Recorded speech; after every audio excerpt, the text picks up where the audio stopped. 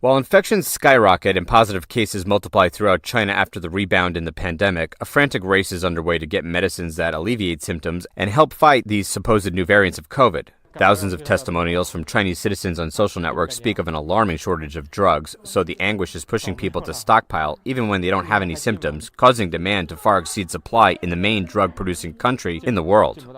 One of the ways to get supplies is from the Chinese diaspora in the world. An office worker living in Bordeaux, France, by the name of Guo, told Radio Free Asia that her company sent her to buy several boxes of paracetamol, a medicine that reduces fever and eliminates pain, to be shipped to China.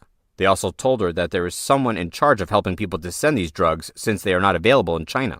Her colleagues told her that Chinese living in France are raising funds to travel with their suitcases full of medicines to China.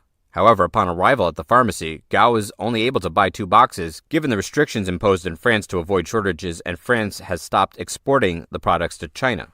The massive shipment of medicines by the Chinese diaspora resembles what happened at the beginning of the COVID pandemic in 2020, when they used the same means to hoard as many masks as possible from around the world. The Daily Mail reported that overseas Chinese shipped 2 billion masks to China in 5 weeks, leaving the rest of the world without enough stock for their people. To prevent this from happening again, France and Germany began placing restrictions on purchase of drugs. The shortage could be felt in these countries, and it was also partly due to the mistaken policy of depending on China to supply the product.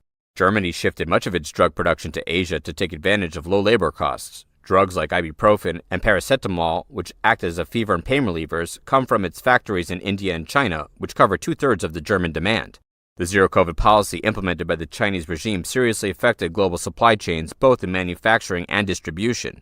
On the other hand, local factories in Germany are suffering the consequences of the war with Ukraine. Many of its products contain ingredients derived from wheat, and that the supply chain has been affected by the conflict.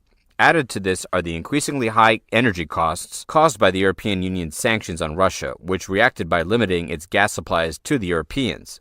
In an effort not to fall into the same trap, France and Austria began a plan to help pharmaceutical companies start or expand the production of antibiotics and fever medication and cut dependence on a foreign supply chain. As the pandemic in China progresses and reveals the consequences of the policies taken by the communist regime, the world is beginning to detach itself from the country so as not to be dragged to the bottom by the weight of its mistakes.